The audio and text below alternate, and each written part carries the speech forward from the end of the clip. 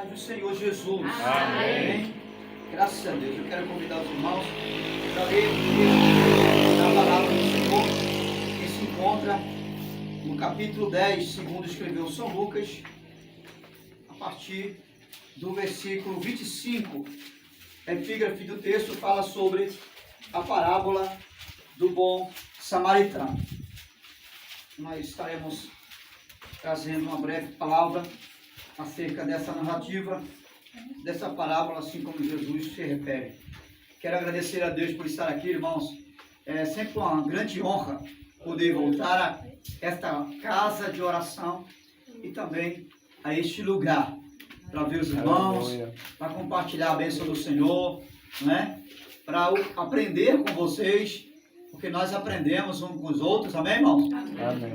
Não tem ninguém aqui sabidão que não possa aprender com mais alguém. Não há ninguém que sabe que não possa aprender mais um pouco, amém? Todos nós aprendemos um com o outro. Aleluia. E isso é maravilhoso. E eu confesso que quando chego aqui sempre aprendo mais um pouco com os santos irmãos. Quero agradecer a Deus pela vida do pastor Jorge, por confiar em ter me enviado a esta casa de oração, como assim dizemos, em respostas de orações, para substituí-lo por força maior. O mesmo não pôde chegar, mas nos dá a bênção de poder estar aqui nesta noite adorando a Deus, amém? Aleluia. Ele nos manda a paz do Senhor Jesus também. Nesse momento nós vamos ler a palavra de Deus. Eu vou ler de forma alternada, estarei lendo os versículos ímpares e os irmãos ler os versos pares. Combinado assim? Amém? Muito bem. Diz assim o texto sagrado. Lucas capítulo 10, verso 25. Certa ocasião, um perito na lei levantou-se para pôr Jesus à prova.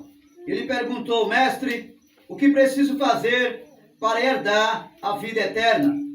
A igreja. O que está escrito na lei? Respondeu-lhe Jesus: como você a lê? Ele respondeu: ame o Senhor, o seu Deus, e de todo o seu coração, de toda a sua alma, de todas as suas forças e de todo o seu entendimento. Ame o seu próximo como a si mesmo. Disse Jesus: você respondeu corretamente. Faça isto e viverá. Mas ele, querendo justificar-se, perguntou a Jesus: e quem é o meu próximo? Em resposta, disse Jesus: o homem descia de Jerusalém para Jericó. Quando caiu na mão de assaltantes, estes lhe tiraram as roupas, espancaram e se foram, deixando-o quase morto. Estou vendo só o irmão Luciano ler, né? Toda a igreja lê na prova, tá bom? Verso 32, toda a igreja. Agora sou eu. Verso 31. Aconteceu estar descendo pela mesma estrada um sacerdote. Quando viu o homem, passou pelo outro lado. Semelhantemente, um levita descia por aquele lugar, e vendo, também passou de largo. Mas um samaritano, estando de viagem, chegou onde se encontrava o homem, e na mesma estrada, quando o viu, teve piedade dele. Deixa eu só recapitular o versículo 33 aqui. Mais um samaritano, caminhando na estrada, seguindo o seu caminho, chegou onde se encontrava o homem, e quando o viu, teve piedade dele. E aproximando-se, atou-lhes as feridas, deitando-lhe azeite e vinho. Então, pondo sobre a sua cavalgadura, levou a uma estalagem e cuidou dele. No dia seguinte, deu 2 denários ao hospedeiro e lhe disse: cuide dele, quando eu voltar lhe pagarei todas as despesas que você tiver. 36. Qual desses três você acha que foi próximo do homem que caiu nas mãos dos assaltantes? Aquele que teve misericórdia dele, respondeu o perito na lei. Jesus lhe disse: vá e faça o mesmo. Diga amém. Amém. Glória a Deus. Em nome de Jesus. Vou procurar ser o máximo sucinto com as minhas palavras. O texto vai nos ensinar sobre a primeira realidade. É que o texto vai dizer que um perito da lei um homem conhecedor da lei, a lei judaica, chamamos a conhecida assim como a Torá, o Pentateuco. Ele era conhecedor da lei, dos mandamentos do Senhor. E ele vai buscar saber de Jesus. E é interessante porque ele é conhecedor da lei. Ele sabe qual é a lei. Ele conhece bem a lei, nos seus mínimos detalhes. E ele pergunta a Jesus agora o que deve fazer para herdar a vida eterna. É uma pergunta meio infundada, né? Porque ele é conhecedor da lei, a lei do Senhor, a lei que liberta, a lei que salva, a lei que redime. A lei do Senhor é uma lei completa, é uma lei plena. Ele sabe de tudo isso.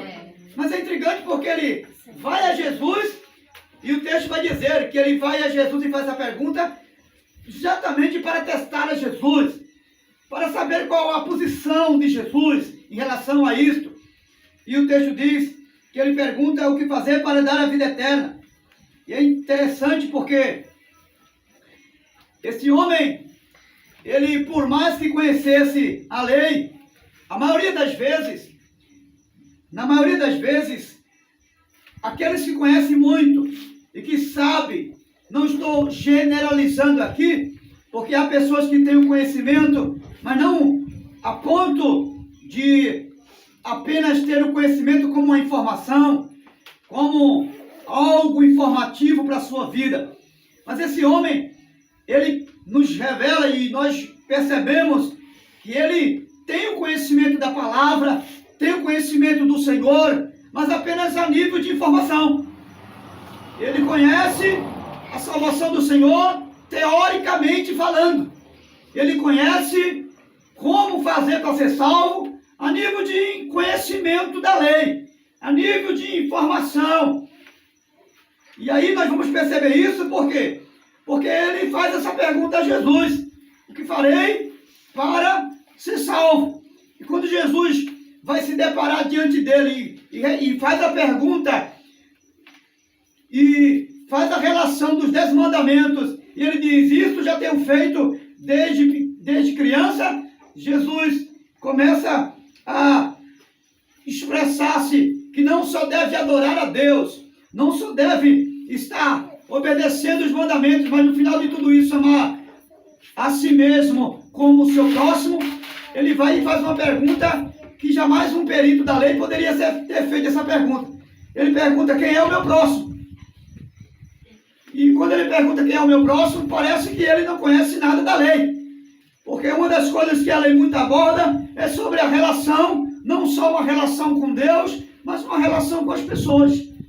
Se tem uma coisa que Deus estabelece como princípio de vida, chama-se um princípio de vida de relacionamento com as pessoas. Quando você vai observar o que Deus estabelece nos 10 mandamentos, Deus estabelece 4 princípios de mandamento de relacionamento com Ele, de uma relação com Ele, e 6 mandamentos dos 10 que Ele estabeleceu como princípio, fundamento para seguir a Ele e obedecer a Ele. Ele estabelece 6 mandamentos a nível horizontal, não na vertical, ou seja, 6 mandamentos onde eu possa e eu devo ter um bom relacionamento com as pessoas. E aí você vai perceber que Deus, Ele se interessa e tem interesse, Ele se importa, não apenas que eu tenha um bom relacionamento com Ele, mas um bom relacionamento também com as pessoas. Ou seja, esse perito da lei parece não conhecer que Deus, Ele deseja que ele tenha um relacionamento com Ele, mas com as pessoas. E que essas pessoas, elas não são os ETs, elas não são coisas alienadas ou do outro mundo do qual ele não possa conhecer. Porque ele pergunta: quem é o meu próximo? Ele tem tanto conhecimento da lei, mas na hora de saber quem é o seu próximo, ele se mostra alguém que não sabe quem é aquele que está do seu lado, humano, como ele é também. Ou seja, aparentemente, esse doutor da lei, ele parece um tipo de um crente que recebeu a informação dos princípios da palavra, recebeu o conhecimento do Senhor, e parece que ele só tem uma compreensão de que esse conhecimento que chegou a ele como um conhecimento da lei e como apenas informação, parece que ele só entende que esses mandamentos devem ser vividos no sobrenatural da sua existência. E parece que esse próximo dele não é um próximo de carne e osso, parece que é um ET, que ele vai ainda conhecer quando sair daqui para morar com Deus. E não é nada disso. Esse próximo é alguém que está do meu lado. Você, sou eu. Amém? Amém. Diga, esse próximo é quem está do meu lado. Não é um ET. Não é um alienado. Não. Ou alguém que você vai conhecer após a morte. Não. É alguém que é vivenciado aí do seu lado. Então, esse perito da lei, ele vai nos deixar uma lição e nós vamos aprender com ele que de vez em quando queremos saber, nos informar de muitas coisas a respeito de Deus. E é bom, não é pecado você buscar conhecimento de Deus, não é errado você estudar, até se for necessário um curso teológico para se aprofundar. Agora, buscar esse conhecimento com um propósito definido, não apenas para ter informação e nem para ficar na alienação dos seus pensamentos, como se fosse para viver isso após a morte ou no mundo sobrenatural da vida. Não. Eu e você precisamos pegar toda essa base e toda essa informação e colocar isso na prática.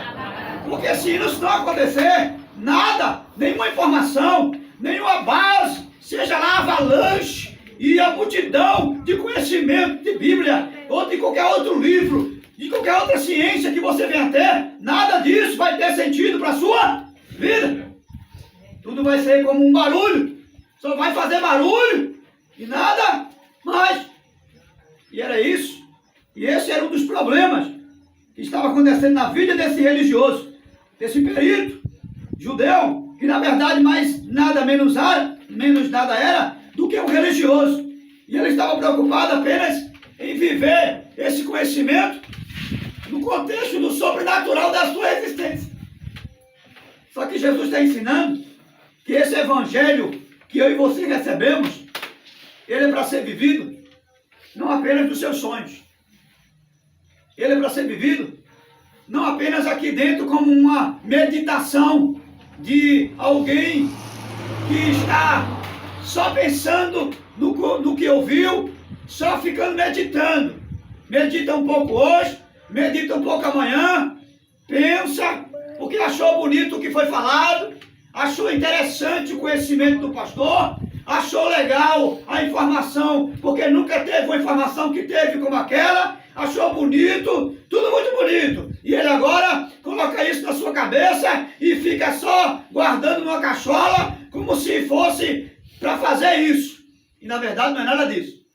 O evangelho que nós recebemos é o evangelho que eu recebo aqui agora, mas quando eu sair daqui, eu já preciso colocar ele na prática. Verdade. A fazer isso jus na minha vida, mas não só na minha vida, porque eu não sou um monte gelado de um monte asiático da Antártica que fica lá sozinho, não. Eu sou alguém e mais alguém que me relacionam com um, com dois, com três, e esse evangelho tem que ser praticado no meio de mais alguém. Amém? Amém? Esse evangelho tem que ser vivenciado, esse conhecimento, essa informação, eu preciso colocar em prática e viver ele com os pés no chão. Glória a Deus. É o chão da vida que eu pratico o evangelho. Não é numa alienação. Ou quando sair daqui para a eternidade, achar que agora é a hora de praticar o evangelho. Não. Na eternidade, você vai desfrutar daquilo que você fez aqui embaixo. Amém? Amém. Você vai desfrutar do evangelho que você viveu aqui embaixo. Porque o verdadeiro evangelho não começa em cima, começa aqui embaixo. Digo, o evangelho verdadeiro não começa em cima, começa aqui embaixo. Nesse chão que você pisa. Amém? Amém? No meio de pessoas diferentes de você. No meio de gente que lhe ama e de gente que lhe odeia. No meio de gente que bate palmas para você e quando você vira as costas está vaiando você. No meio de gente que é verdadeiro, mas no meio de pessoas falsas também. Amém? Esse evangelho é vivido no meio da verdade que nós anunciamos, mas em meio às mentiras do mundo, no contexto do seu sistema. Esse é o Evangelho. No Evangelho que encontramos desafios em meio a esse mundo que Jesus falou. No mundo, veja, ele não disse após a morte, não, ele disse no mundo, no meio desse sistema, vocês terão aflições. Mas tenham bom ânimo. Bom ânimo para quê? Bom ânimo para viver o Evangelho que você recebeu. Bom ânimo para fazer o que ele disse que você faria. Bom ânimo para manter fidelidade a ele no mundo infiel. Bom ânimo para profetizar a verdade e proclamar a verdade, não só dizendo palavras, mas com a sua vida, a verdade do Evangelho. Bom ânimo para lutar e vencer. Mas em meio a essa vida, é no meio das trevas, sendo luz. É no meio de um mundo sem sabor, tendo, diga, sabor. Porque você é o sal da terra. É nesse sentido. E esse perito da lei, ele tinha apenas informação. E ele era tão alienado que chegou a perguntar a Jesus quem era o próximo dele. Né? E Jesus trouxe essa parábola a respeito de um sacerdote, um levita e um samaritano. E a mensagem do Evangelho, ela não me chama primeiro para viver o sobrenatural de Deus.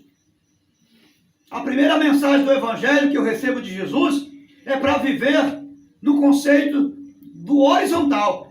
Amém? Amém. Porque não vai adiantar eu querer viver o Evangelho na vertical, no sentido de me relacionar apenas com Deus e me esquecer que eu ainda estou aqui embaixo e me relaciono com pessoas, com seres humanos. E foi para isso que Jesus veio, para salvar não só a mim, mas mais um que está do meu lado. Amém? Jesus veio para me ajudar a me relacionar bem, cada dia melhor. Me relacionar não foi com robô, foi com pessoas também não perfeitas, não foi com pessoas que não têm pecado. Jesus veio para me ajudar a me relacionar, mesmo sendo salvo, liberto pelo poder do seu sangue e tendo certeza que vou morar no céu. Mas ele veio para me ajudar, ajudar você a ter bom relacionamento. Aleluia. Com mais um, que também é um pecador igual a mim. Amém? Jesus veio para isso. Essa é a primeira mensagem do Evangelho. Depois que eu aprendo a conviver esse Evangelho no meio de pessoas diferentes de mim, que tem dificuldade de amar como eu, que tem dificuldade de perdoar como eu,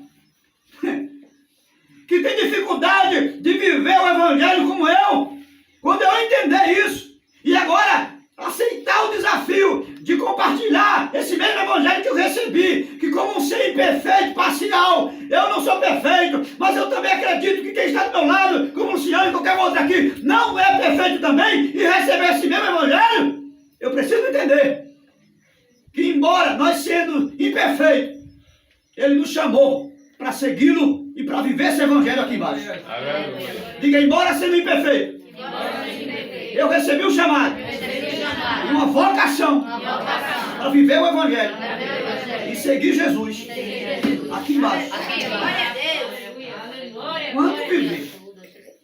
Então, depois que você passa a viver na horizontal esse Evangelho, no contexto da relação um com o outro, mesmo com dificuldade, porque não é fácil amar sem ser amado, não é fácil abraçar sem ser abraçado, não é fácil perdoar quem não te perdoa, mas é necessário, amém? Diga, é necessário. Não é fácil andar com quem não quer andar com você. Não é fácil. Você ensinar a verdade quando alguém quer a mentira. Não é fácil. E não é fácil ensinar quando você mesmo precisa viver o que está ensinando. Né? Porque ensinar aqui é fácil. É moleza. Qualquer um chega aqui na frente e diz, faça o que Jesus mandou fazer. A questão é saber se esse que está falando aqui agora está fazendo o que Jesus mandou fazer. Verdade. Essa é a questão. Bom, nós temos aqui esse princípio, que o Evangelho que nós recebemos é um Evangelho vivido primeiro aqui embaixo. E quando ele é conseguido viver aqui embaixo, naturalmente você vai conseguir viver ele na horizontal, na vertical, uma relação com Deus. Mas não adianta você querer viver uma relação com Deus se você não está disposto a viver uma relação com as pessoas. E parece que viver uma relação com as pessoas, no sentido de convivência, parece que fica mais difícil, né? Afinal de contas, Deus ninguém vê. Não é verdade? Ninguém está vendo Deus.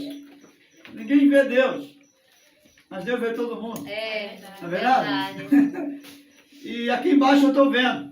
Eu estou vendo gente que às vezes me provoca propositalmente.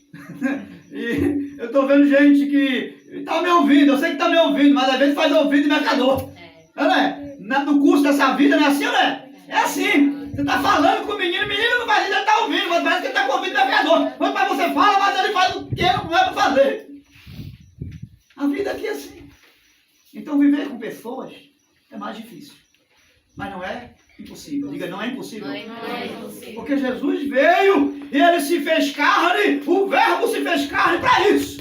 Para mostrar que é possível você viver com gente diferente de você. Amém? Porque quem é igual a Maricela? Ninguém. É única no Brasil. E fora do Brasil. Amém? Quem é igual a chama a Teté, a Terezinha? Ninguém. É única. Quem é igual a Janete, pequenininha assim? Mas é única. Mas é a única que Jesus quer usar. Amém? É única no seu ser. E Deus não rejeita porque você é única. E é a única que faz e tem o único comportamento que ninguém tem. Mas Ele quer usar você. Porque Ele sabe que embora você é imperfeita, mas é um imperfeito que no caminho que você segue Ele hoje, segue Ele amanhã, o processo do seguir Ele vai aperfeiçoar você. Porque se você foi bom hoje, amanhã você pode se tornar melhor. Diga, se eu fui bom hoje, amanhã eu posso ser melhor. A vida do cristão é assim. E não importa se você não conseguiu dar 100% hoje, mas pelo menos alguma porcentagem você deu para Jesus. O que Ele não quer é que você se apresente de mão vazia. Amém? O que Ele não quer é que você passe o dia tentando se justificar porque não fez nada e não teve isso para fazer, porque não teve ferramenta, não sabia. Ele não quer justificativa desfarrapada. Ele quer que você pelo menos faça alguma coisa. Aleluia. Porque Ele deu ferramenta para todo mundo. Todo mundo tem ferramenta na mão para trabalhar. Todo mundo tem elementos o suficiente do Evangelho para fazer alguma coisa, mesmo não sabendo fazer como deveria fazer. Mas o que Ele quer que você faça. Amém? Porque Ele não quer perfeição. Se Ele quisesse perfeição, você já estava na glória. Porque perfeito só na eternidade. Mas aqui embaixo, pelo menos, alguma coisa Ele está esperando que eu faça e que você faça também. Diga, pelo menos alguma coisa. Eu preciso fazer. Eu preciso. Agora é você fazer. Não é outro. Amém? Não joga a bola pro outro, não. Toma aí, faz o gol. Não, é você que tem que fazer. Diga, sou eu que tenho que fazer? Sou eu que tenho que fazer. Em nome de Jesus. O texto vai dizer que veio um sacerdote. O texto vai dizer, vai falar sobre um personagem principal que é o homem que está, é um judeu que está caído em uma determinada estrada e os ladrões vêm, roubam o que ele tem e deixam ele quase morto. Não está morto, mas está quase morto, na beira da estrada.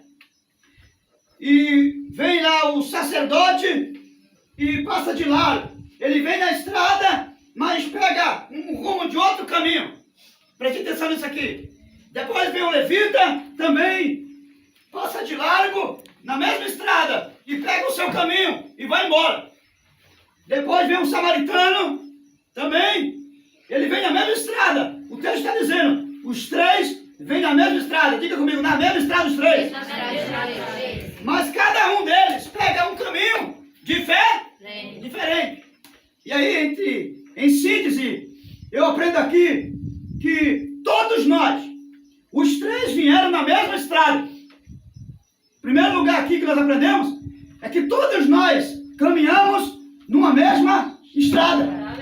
Não tem duas estradas para ninguém.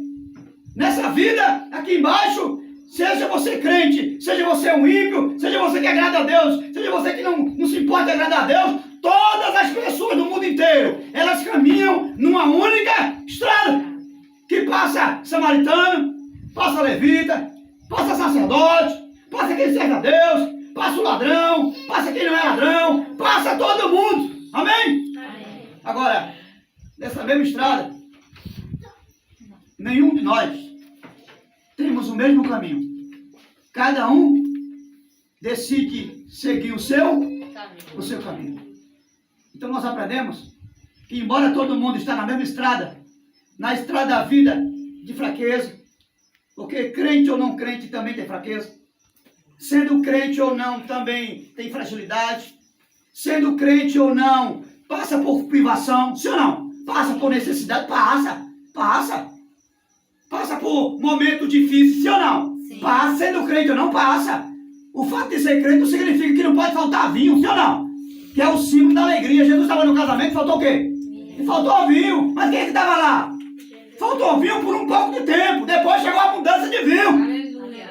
A vida do crente é assim. Pode faltar um pouquinho de tempo, mas é um pouquinho de tempo, porque logo o milagre da abundância chega.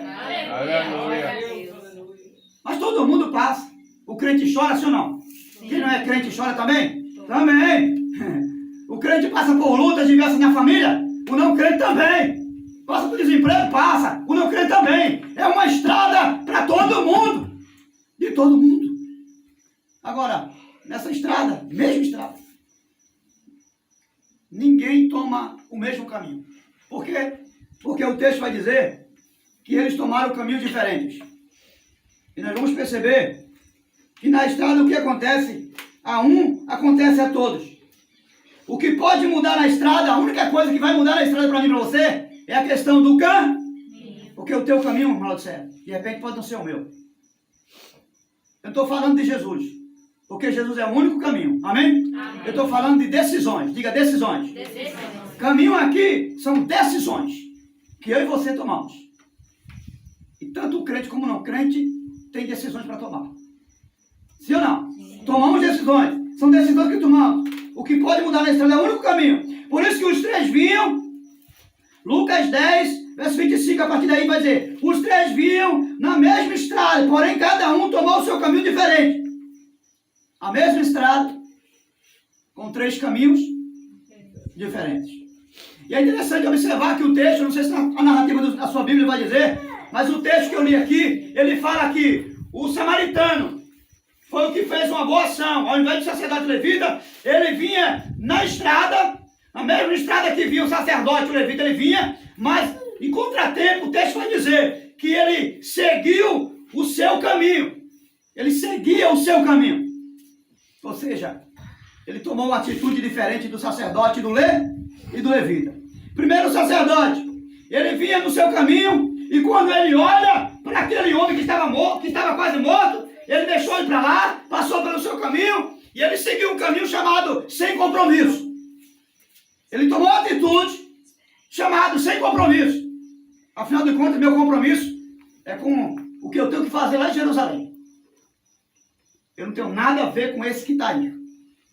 Então ele nos ensina, infelizmente, que há pessoas, cristãos, professos cristãos, que às vezes estão na estrada, mas na hora de tomar uma decisão em relação ao caminho, que é a atitude que ele toma uma atitude sem compromisso.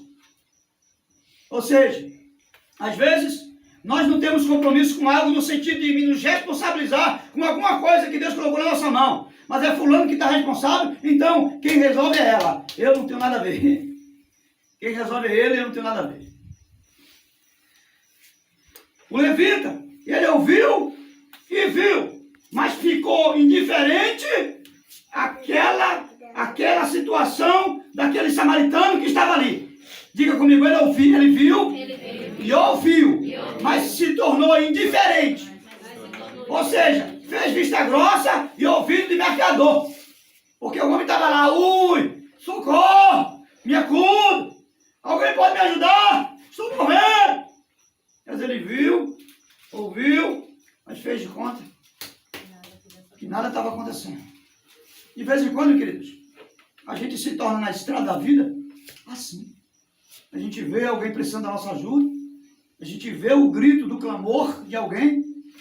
Às vezes não é gente de longe não, às vezes a gente bem próximo da gente, mas a gente faz de conta, afinal de contas, eu não tenho nada a ver com isso, o problema não é meu, o problema é dele, Não foi eu que mandei ele ir para a estrada andar sozinho por aí. Não foi eu que tomei essa atitude. Quem tomou a atitude foi ele, então ele que paga o pato, ela que sofra só, ele não tem nada a ver, afinal de contas já tem os meus problemas para resolver e eu não vou me meter no problema de ninguém. De vez em quando, a gente se comporta assim. A gente faz vista grossa para um grito que alguém está lá, gritando e pedindo de ajuda. E às vezes, essas atitudes acabam de matar em vez de sarar, em vez de socorrer e dar uma nova chance de vida para aquele que está morrendo. Essas atitudes faz alguém morrer mais rápido. Porque se o samaritano não passa, aquele homem ia morrer. O sangue estava jorrando, estava ferido, sozinho no deserto, numa estrada abandonada, e sujeito a passar um outro, acabar de matar, pisando no pescoço dele. Mas a grande questão é qual vai ser o nosso caminho nessa estrada da vida que nós estamos passando por ela. Porque nós estamos numa estrada, todos nós. Mas qual vai ser o caminho que eu vou decidir tomar nessa estrada? E estrada que chamamos da vida. Uma estrada que é feita por mim e por você aqui, nesse mundo. A estrada que eu decidi percorrer. Nessa estrada existe um caminho que eu vou tomar uma atitude de dizer, agora eu vou pegar esse caminho aqui. Vai chegar essa hora. É aquela estrada que aquela jovem, ela vai trilhando e vai caminhando, e que vai chegar uma hora, ela vai ter, se desejar casar um dia e ter família, ela vai ter que olhar para um rapaz e dizer, esse vai ser o meu marido. É aquela jovem, ou aquele rapaz que está lutando para se profissionalizar, e quando se profissionaliza, ou antes de se profissionalizar, ele vai ter que tomar uma postura e decidir qual a profissão que deseja exercer para continuar na estrada da vida. E essa escolha chama-se caminho. Diga, essa escolha se chama caminho. Se você não tomar a decisão de um caminho certo, de um caminho inteligente, de um caminho promissor, que não comprometa nem você, nem a sua família, e nem o seu futuro, e tampouco a presença de Deus com você, dias difíceis virão. Por isso, que nós precisamos ter cuidado na hora de seguir o caminho na estrada. Porque tem muitos caminhos. Diga, tem muitos caminhos. E a questão é essa, qual o caminho eu vou seguir nessa estrada? Nessa estrada encontrarei todo tipo de indiferença. E eu e você vamos fazer uma escolha. Eu não sei qual é a escolha nessa estrada. De que caminho? Se é o caminho da insensibilidade. Alguém está dizendo, está doendo. E eu olhar para ele e dizer, não dói em mim, então tá bom.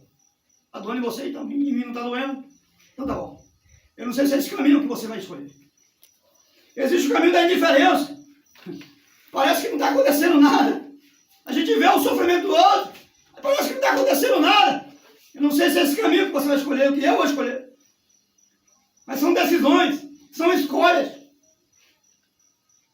Eu não sei se o caminho do pessimismo, de achar que você nasceu para sofrer. Você está na estrada e no caminho, na estrada, você vai perceber que muita gente vai seguir alguns caminhos que vai dar certo para ele, vai dar certo para ela, mas você olha e diz, não, eu não tenho o caminho certo que dê certo para mim. Todos os caminhos me levam a uma desgraça, a uma tristeza, a infelicidade. E você fica omisso no caminho. Na estrada, você para e fica com uma estátua parada. Porque você seguiu o caminho do pessimismo. Você acredita que dá certo para todo mundo, menos para você. Esse caminho não é o caminho inteligente para se escolher. Mas escute, há aqueles que vivem na estrada só para viver para a estrada, sem nenhum caminho. Tem gente que vive na estrada da vida sem ter uma decisão de escolher um caminho a ser seguido. Porque só vivem na estrada. Por quê? Porque vivem no condicionamento arrastado pela voz da estrada da vida. O que foi que eles encontraram na estrada esses três homens? Encontraram um homem quase morto, sofrendo. E quando olharam para ele, o que é que a estrada dizia? Não vai não. Não te compromete que tu não tem nada a ver com isso. É problema dele se ele está morto lá. Foi o salteador, não vai não. A estrada vai dizer, vai chegar o momento de você copiar o que Jesus fez e estender a mão, mas na estrada vai ter um caminho que vai chegar e vai dizer para você, tu não tem nada a ver com isso, sai daí. Vai-te embora da estrada. Essa estrada vai chegar um momento que vai dizer para você que não olhe, nem olhe para o que está acontecendo. Porque se você olhar, você vai se comprometer. Já ouviu alguém falar isso? Olha, se eu fosse tu, eu nem me metia nesse assunto. Porque se tu se meter, tu vai se comprometer, vai sobrar para tu. Aí tem gente que ouve isso porque é insensível, não está nem aí para o próximo, e só quer saber de si mesmo e da sua própria vida, do seu próprio caminho, e vai embora na estrada.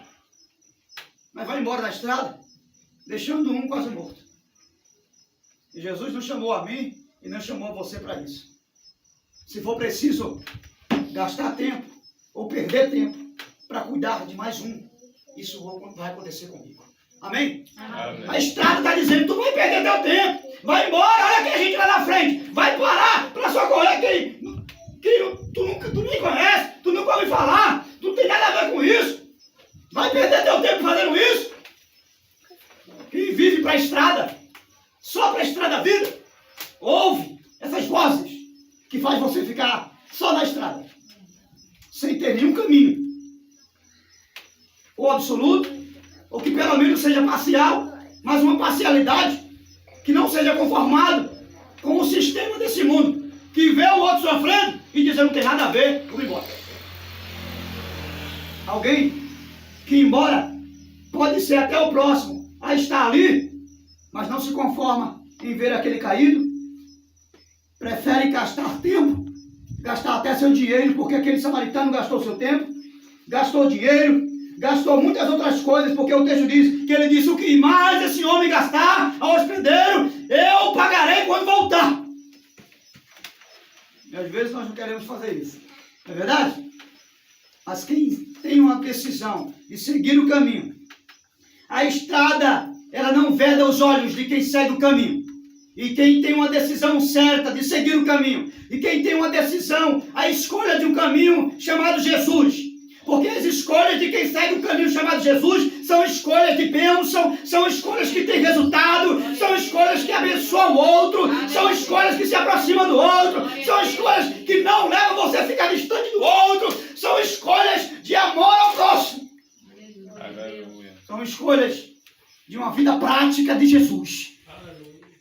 Quem escolhe o caminho e tem a decisão de escolher o caminho que é Jesus e viver esse caminho à semelhança do que Jesus viveu, em verdade, em honestidade, em humildade, na simplicidade do coração, tenha consciência de que está seguindo o caminho e tomou a decisão certa. O caminho não se torna condicionado à estrada da vida. Quando eu tomo uma decisão, e uma decisão à luz do caminho que é Jesus, como a minha representação de caminho para a vida aqui embaixo, então, a estrada da vida, no seu sistema, não me condiciona. Pode acontecer o que acontecer. Se alguém vier para mim e falar mal do meu irmão, eu não levantarei o dedo para ser mais um e julgá-lo ou acusá-lo, porque simplesmente na estrada eu estou ouvindo vozes de acusação. Não, eu vou seguir o caminho da minha própria consciência, como diz o Evangelho, examine-se o homem a si mesmo. Aleluia. Eu não vou tomar a estrada da acusação.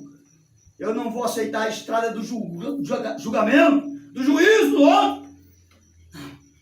Porque eu não sou condicionado. O caminho que é Jesus e que eu sigo ele como minha representação de caminho vai me levar, sem medo de errar, a fazer alguma coisa pelo meu semelhante. Amém? Amém. Porque quem de fato decide tomar a atitude de seguir o caminho, é exemplo do que Jesus me representa como meu único e suficiente caminho, absoluto caminho, e não tem outro, nem para viver aqui embaixo e nem para me levar à eternidade. Quando eu tomo essa posição nele, tudo que eu faço é para um bem não próprio, mas para um bem alheio. Amém? Diga tudo que eu faço.